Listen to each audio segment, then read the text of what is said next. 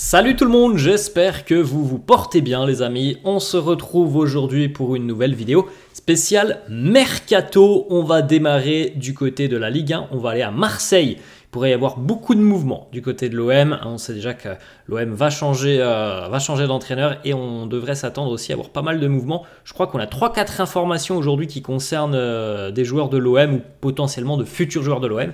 On va démarrer avec celle-là. Marseille aurait fait une offre à Wilfried Ndidi, le milieu de terrain nigérian de Leicester qui arrivera, s'il arrive, gratuitement puisqu'il est en fin de contrat à l'issue du mois de juin. Dans 10 jours, il sera en fin de contrat. Il ne va pas continuer l'aventure avec Leicester, Ndidi. Donc c'est une opportunité qui peut être assez intéressante sur le marché des transferts. C'est un joueur qui a quand même beaucoup de volume, qui a beaucoup d'expérience quand même aussi avec son expérience qu'il a acquise notamment en Angleterre. Et c'est quelqu'un, voilà, un gros travailleur au milieu de terrain. Je pense que ça pourrait faire beaucoup de bien à l'OM. Évidemment, Marseille n'est pas seul sur le dossier parce que quand on a ce genre de profils qui sont gratuits, ça attire un petit peu la convoitise de beaucoup de clubs. On a Lyon, Everton et Monaco. Donc c'est pas n'importe qui qui arrive sur ce genre de dossier. Donc la concurrence sera rude pour l'OM. On enchaîne les amis, on va aller du côté de la Turquie. Le Fener de José Mourinho qui évidemment a très envie de reprendre son titre l'année prochaine, le titre qui a été pour Galatasaray cette saison. Le Fener a démarré des discussions officielles avec le défenseur suédois de Manchester United, Victor Lindelof, qui était arrivé il y a déjà quelques années en étant un grand espoir. Bon, il n'a jamais véritablement confirmé tous les espoirs que l'on avait mis en lui. C'est un bon défenseur. Maintenant, pour le statut et les ambitions de Manchester United, je pense sincèrement que c'est un défenseur qui n'a pas la trempe pour jouer du côté de Manchester United, n'a pas les qualités tout simplement pour jouer du côté des Red Devils. Et si on a des clubs comme le Fener qui arrivent, c'est aussi parce qu'il n'y a pas forcément grand intérêt, enfin en tout cas de grands clubs européens envers Victor Lindelof. Mais le Fener a coché son nom. Une saison un peu compliquée pour lui cette saison. Il a connu pas mal de pépins physiques. On poursuit les amis. On va du côté de Dortmund en Allemagne. Le Borussia qui va perdre donc Sébastien Haller et qui continue de poursuivre les discussions et les négociations avec le VfB Stuttgart pour l'attaquant guinéen Serhou Guirassy. Malgré le départ de l'entraîneur du Borussia, Edin Terzic, la donne du dossier n'a pas changé du côté du Borussia. On veut aller chercher le deuxième meilleur buteur de Bundesliga derrière Harry Kane, lui qui a fait une saison exceptionnelle. En plus de ça, il a été blessé pendant une longue période, Guirassy, mais ça ne l'a pas empêché de beaucoup marquer. Et malgré la blessure, dès qu'il est revenu, il a continué à marquer, il n'a pas perdu le sens du but. La clause libératoire, c'est à peu près 17,5 millions d'euros. Donc on continue les discussions avec déjà une offre formelle qui a été proposée aux joueurs. On attend maintenant la décision finale de Serhou Guirassy. On continue les amis, on va retourner à Marseille.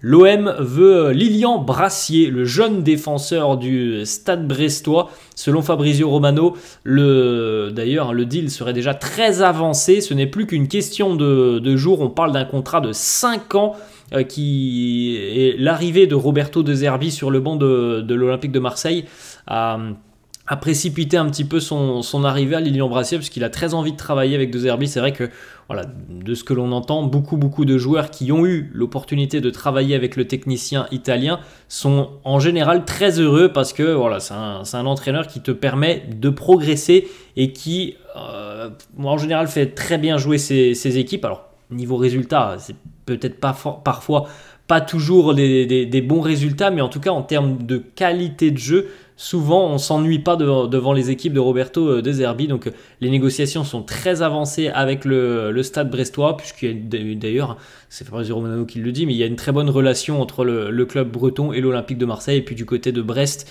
voilà, ça va, on n'a pas encore l'indemnité de transfert, mais ça va être, je pense, financièrement un joli petit coup pour les Brestois, et en espérant évidemment que le Stade brestois ne soit pas déplumé cet été, parce que la très belle saison a valorisé certains joueurs. Il y a la Ligue des Champions qui va approcher, ça va être quand même beaucoup plus compliqué la saison prochaine, donc espérons qu'ils ne vont pas perdre non plus tous les joueurs, en majorité, la majorité des joueurs qui ont été importants cette saison, mais ça, l'avenir nous le dira. On continue les amis, on va aller du côté du Real Madrid.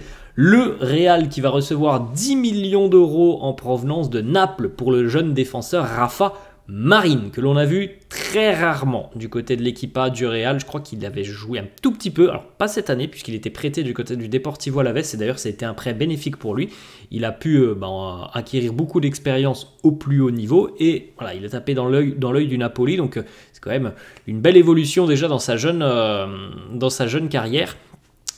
Pour lui, et normalement le Real va inclure une clause de rachat sur une éventuelle revente. On ne sait jamais si le Napoli revend le joueur. Et puis du côté de Milan, on va recruter aussi un autre défenseur du Real. Alors ce ne sont pas des joueurs de l'équipe première du Real. Le jeune défenseur Alex Jiménez, ça sera 5 millions d'euros, donc 15 millions qui devraient entrer dans les caisses du Real pour le départ de 2 jeunes joueurs madrilènes. On poursuit les amis, on va aller du côté de l'Italie et de l'Espagne. L'AC Milan serait très intéressé par la signature de l'attaquant néerlandais Memphis Depay. Alors affaire à suivre hein, parce qu'on ne connaît pas encore trop la position de Memphis quant à son avenir avec l'Atlético, mais Milan aimerait bien sauter sur cette opportunité. En plus, Raphaël Leao, on ne sait pas trop hein, s'il n'y a pas une grosse offre qui pourrait arriver dans quelques jours en provenance des Émirats. Donc voilà, le Milan se positionne un petit peu sur certains dossiers et notamment ce dossier de Memphis. On continue, on retourne à Marseille. Les amis, l'OM serait intéressé par la signature de Tanguy Ndombele en tant qu'agent libre, hein, puisque Tanguy Ndombele est sans club. Il y a eu un accord mutuel entre Tanguy Ndombele et Tottenham, donc il est libre de tout contrat, libre de s'engager où bon lui semble. Les discussions ont déjà démarré depuis à peu près une semaine entre les représentants du joueur et l'OM. C'est encore une fois, hein, par exemple, là c'est encore un joli coup. Si l'OM va le chercher gratuitement. Après, les amis, on en avait déjà parlé de Tanguy Ndombele il y a 2 ou 3 vidéos, les vidéos Mercato. On l'avait dit, hein, c'est quand même un joueur qui traverse des moments compliqués, qui a très très peu de temps de jeu, qui n'a pas beaucoup joué cette saison, qui est certainement en manque de rythme et de confiance. Pourquoi pas Marseille pour tenter de le relancer? On va dire que c'est pas un très gros pari parce que s'il arrive gratuitement au final pour l'OM, au niveau financier, ça coûte rien. Ça coûte évidemment le salaire, mais c'est plutôt un pari qui peut être au final un investissement. Imaginons qu'il se relance l'année prochaine du côté de l'OM et qu'il reprenne de la valeur. Ça peut être une bonne opportunité pour l'OM, mais c'est vrai qu'à l'heure actuelle, à l'instant T, on se dit que c'est un joueur qui est quand même dans le dur, hein, quand même, Tanguy Ndombele. On enchaîne, les amis, on va du côté des Gunners d'Arsenal qui cherchent toujours un numéro 9. Hein. Les Gunners vont tenter vraisemblablement d'aller sur plusieurs dossiers. Selon certains médias, ils sont sur le dossier de Ivan Toney, mais bon, ça semble quand même très très cher. Il y a le dossier peut-être Alexander Isak. Il y a ce dossier aussi, Victor Gyökeres, l'attaquant du Sporting Portugal, qui nous a réalisé une saison exceptionnelle, hein, attaquant suédois du Sporting.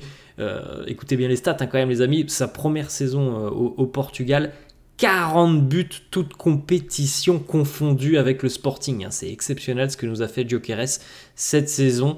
Alors évidemment, on va suivre attentivement tout ça parce que le coût financier réalisé par le Sporting, s'il part, il va être monstrueux parce qu'ils l'ont recruté l'année dernière 15 millions d'euros. Et là, je pense que la valeur du joueur, elle doit osciller autour des 70-80 millions d'euros, je pense. Donc ça va être un sacré coût financier s'il vient à quitter le Sporting. C'est un vrai renard des surfaces, hein, Victor Gyökeres. On va continuer les amis avec une petite information du côté de Las Palmas. Jasper Cillessen, je pense que vous vous en souvenez, Jasper Cillessen, ancien gardien notamment du FC Barcelone, bon plutôt gardien, il était plutôt remplaçant du côté du Barça, mais en tout cas il a évolué du côté du Barça, le néerlandais, et il s'engage en Liga du côté de Las Palmas, c'est officiel. On continue les amis avec un autre joueur néerlandais. Il y a des discussions à l'heure actuelle et des discussions qui semblent plutôt bien avancées entre l'Ajax Amsterdam et Burnley pour l'attaquant international néerlandais Wout Weghorst. L'Ajax est très très optimiste et très confiant sur le dossier. Bon, il y a Du côté de Burnley, un peu compliqué. Burnley a quand même eu pas mal de difficultés cette saison, mais on sait aussi, on connaît le passif du joueur en Bundesliga. La Bundesliga qui va être un championnat assez similaire à l'Eredivisie, le championnat néerlandais, où franchement on a souvent des pluies de buts. Et puis quand tu es dans une équipe qui domine énormément, en général, hein, tu marques ta vingtaine de buts par saison. Il avait été plutôt bon d'ailleurs en Bundesliga du côté de Wolfsburg, notamment Wout-Weghorst, donc c'est peut-être une belle opportunité pour l'Ajax. On enchaîne les amis, on va du côté du Paris Saint-Germain. Une information importante du côté du PSG.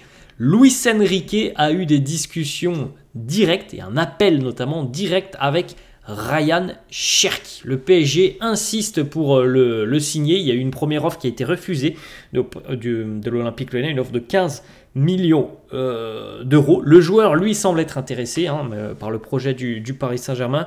Luis Enrique et Luis Campos apprécient énormément le profil du joueur. Donc, affaire à suivre, le PSG qui pourrait foncer sur le dossier Ryan Cherki. Mais après, voilà, cette première offre de 15 millions d'euros, je pense que c'est pas tout à fait ce qu'attend l'Olympique Lyonnais. On n'a pas trop d'informations, mais je pense que l'OL attend au moins 10 millions de plus. On continue les amis avec une autre information du côté de l'OM. Cette fois-ci, c'est peut-être un départ du côté de l'OM. Jordan Verretou qui devrait recevoir très prochainement une offre du Qatar de Al Duhail.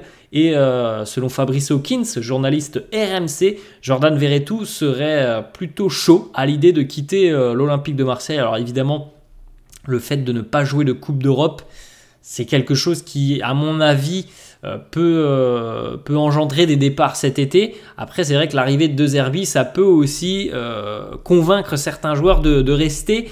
Donc, affaire à suivre. Et puis, évidemment, quand on entend qu'une offre arrive du Qatar, on se doute évidemment que financièrement, pour Jordan Verretou, c'est peut-être une offre qui ne se refuse pas pour se mettre à l'abri peut-être pour toute sa vie. Je pense que le salaire qu'il a à l'OM et ce qu'on lui proposerait du côté du Qatar, voilà, je pense qu'il y a une différence qui semble assez importante.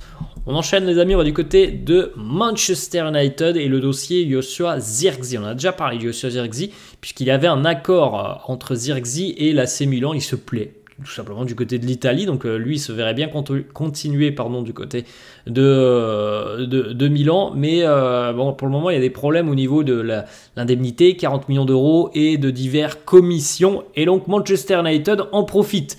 On voit que la situation est un petit peu latente entre Milan et Zirkzee et Bologne, donc les Red Devils s'engouffrent dans ce dossier. Ils sont déjà venus en renseignement, ils ont proposé visiblement un salaire assez intéressant à Zirkzee, des commissions, la clause libératoire. Donc du côté des Red Devils, on est prêt à accélérer et devancer l'AC Milan. Ce serait une très belle recrue, je pense, pour United dans le secteur du milieu de terrain.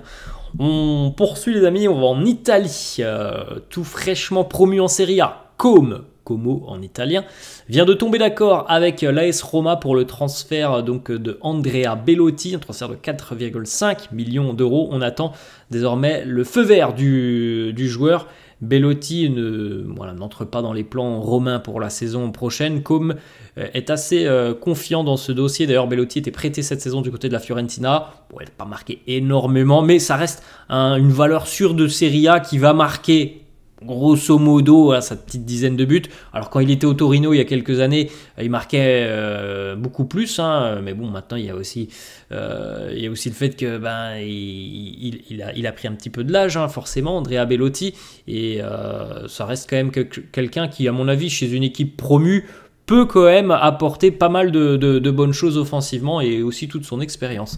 On poursuit, on retourne en Angleterre, Manchester United qui considère sérieusement l'option Edson Alvarez, le milieu de terrain.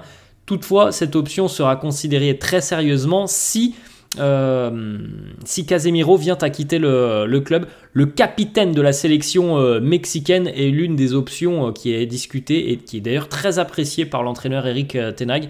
C'est tout de même un transfert qui semble compliqué puisque pour West Ham, son club, il est considéré comme un joueur très important et donc du côté des Hammers, évidemment, on n'a pas forcément très envie de le perdre, mais l'avenir de Casemiro nous dira si les Red Devils iront sur ce dossier. Edson Alvarez, qui est un super milieu de terrain, qui a véritablement la mentalité aussi anglaise pour jouer en Première Ligue. C'est quelqu'un qui a la grinta, qui va aller au duel. Et je pense aussi que voilà, c'est un peu un profil, par exemple, du côté de Manchester United, Lisandro Martinez. Voilà, c'est des chiens dans le bon sens du terme. Et ça ferait beaucoup de bien, je pense, Edson Alvarez au milieu de terrain du côté des Red Devils. On poursuit les amis, on est toujours en Première Ligue. Crystal Palace veut offrir une prolongation de contrat à Michael Olise avec un salaire plus élevé et une clause libératoire pour 2025. Donc là, c'est une information quand même assez importante. On rappelle tout de même que malgré tout ça, Chelsea semble assez confiant sur le dossier en vue de la signature de Michael Olise. Après, voilà, est-ce que lui a envie de continuer une saison supplémentaire du côté de Palace et d'avoir donc cette certitude qu'il quittera le club l'année prochaine, ou est-ce qu'il veut tout de suite franchir cette étape et aller, pourquoi pas, du côté de Chelsea? Mais il y a aussi d'autres clubs intéressés, il y a des grands clubs, le Bayern, Newcastle, il me semble aussi que Manchester United est toujours aussi assez intéressé. Donc voilà, il y a quand même beaucoup d'opportunités intéressantes pour Michael Olise. Est-ce que Palace arrivera à le prolonger? Bon, c'est une question que l'on peut se poser. On continue les amis, on va du côté de West Ham. Bon, on retourne chez les Hammers. West Ham semble très intéressé à l'idée de signer l'attaquant du Barça, Ferran Torres, qui n'est pas forcément un titulaire indiscutable du côté du Barça, qui, je pense, a quand même une petite valeur marchande. C'est pas énorme, mais il doit avoir une petite valeur marchande. Donc si Hansi Flick ne le considère pas, je pense que oui, Ferran Torres pourrait être amené à quitter le Barça cet été. On enchaîne les amis et on reste en Espagne, du côté du Barça toujours. Hansi Flick, entraîneur allemand qui connaît très bien donc la Bundesliga, Hansi Flick fait de Jérémy Frimpong l'une de ses priorités mercato. Le joueur pourrait quitter le Bayer Leverkusen pour 40 ou 50 millions d'euros, ce qui semble quand même très cher pour le Barça. Après, il est évident que c'est un profil, à mon avis, qui pourrait s'adapter très bien du côté de Barcelone, parce que voilà, il a cette capacité à répéter les efforts, il a cette capacité aussi à être décisif dans les deux surfaces de réparation et notamment offensivement. On sait que du côté de l'Espagne, du Barça notamment, c'est très important d'avoir des latéraux qui sont à même d'apporter offensivement, et Frimpong en est un exemple parfait. Il a fait une saison exceptionnelle en termes de productivité offensive cette saison du côté de l'Allemagne. On poursuit les amis, on retourne au Paris Saint-Germain, le PSG qui suit le jeune défenseur néerlandais Lucharel Geertruida, qui évolue donc aux Pays-Bas du côté du Feyenoord de Rotterdam. Il fait partie des joueurs qui sont suivis au poste de défenseur central. Et petite particularité en plus pour lui, c'est que il a cette capacité aussi d'évoluer, pourquoi pas en tant que latéral, ça lui est déjà arrivé. Donc il a cette faculté d'être un petit peu polyvalent, et c'est aussi quelque chose qui plaît énormément au Paris Saint-Germain. Alors il n'est pas seul, on sait que le PSG est aussi, par exemple, sur le dossier d'Edmond Tapsoba, il y a 2-3 noms du côté du PSG, et donc Geertruida en fait partie. Il faut savoir aussi qu'il y a des clubs de PL qui suivent le dossier du jeune défenseur du Feyenoord. On continue les amis, on va aller du côté du Portugal au Benfica. Un joli coup, me semble-t-il, pour le Benfica qui vient de signer Vangelis Pavlidis, attaquant grec de 25 ans qui arrive en provenance des Pays-Bas. Il arrive en provenance de l'AZ Alkmaar où il a marqué, je crois, à peu près 35 buts, toutes compétitions confondues cette saison avec la Z, et qui, sur les 3 dernières saisons avec la Z, en championnat, 3 dernières saisons, je crois que ça va être 60-65 buts pour lui. Alors on sait, comme je l'ai dit tout à l'heure, le championnat des Pays-Bas, c'est un championnat où on marque en général beaucoup. Mais voilà, du côté du Benfica, je pense que ça peut être un très joli coup. C'est pas hyper cher. On sait que le Benfica a quand même réalisé de gros coups financiers depuis quelques années. Donc voilà, un investissement d'à peu près 20 millions d'euros à peine. C'est pas énorme pour eux. Il y a d'autres clubs qui étaient intéressés, mais il avait déjà donné son accord et il a respecté respecter sa prise de position et sa parole envers le club lisboète. Il va s'engager donc du côté du Benfica. On continue les amis, on va aller à Aston Villa, les Villains qui sont intéressés par Ian Madsen. Les discussions ont déjà démarré, lui qui était au Borussia Dortmund cette saison, mais il va falloir discuter avec Chelsea puisqu'il était prêté à Dortmund et c'est un prêt qui d'ailleurs l'a révélé aux yeux de tous parce qu'il n'y avait pas le temps de jeu qu'il souhaitait du côté de Chelsea. Il l'a eu à Dortmund. On lui offre un contrat exceptionnel du côté de Villa avec déjà 6 ans, un très très gros salaire.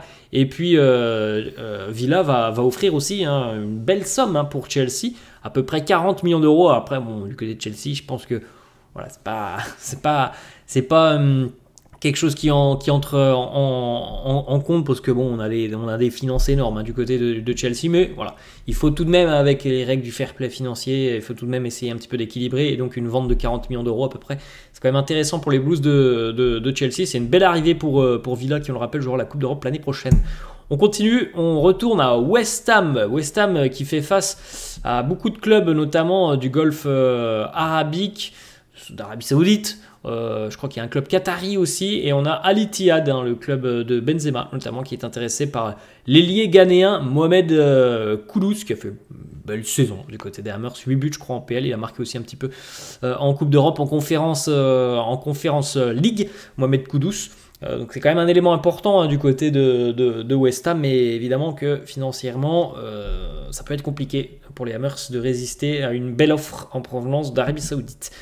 On continue les amis, on retourne en Turquie du côté de Galatasaray. Galatasaray s'apprête à signer l'attaquant belge, ancien attaquant de l'OM, de l'AS Monaco notamment, Michy Batshuayi. On est tombé d'accord entre Galatasaray et Batshuayi pour un contrat de 3 ans gratuit, puisque le joueur arrivera gratuitement. Ce qui est dingue pour Batshuayi, c'est que donc il va continuer en Turquie, et c'est que il aura donc fait, s'il signe officiellement du côté de Galatasaray, il aura donc fait les 3 clubs les plus prestigieux du football turc.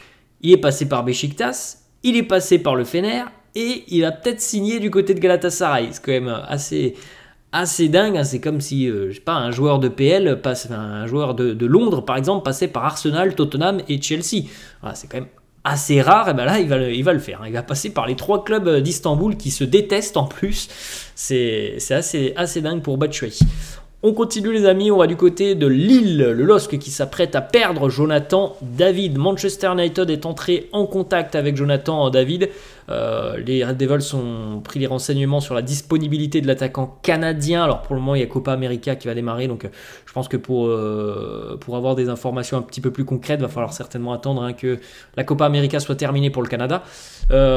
Du côté de Lille, on demande 30 millions d'euros. Bon, je pense que Lille va demander un petit peu plus que ces 30 millions d'euros que l'on retrouve sur cette information. Je crois que l'année dernière, du côté lillois, on demandait 40-45. Donc ça me surprendrait un petit peu que le prix ait baissé, surtout qu'il a fait une belle saison, surtout la seconde partie de saison où il a été très très prolifique. Il a été d'ailleurs l'un des meilleurs buteurs en Europe sur la seconde partie de saison depuis le 1er janvier, Jonathan David.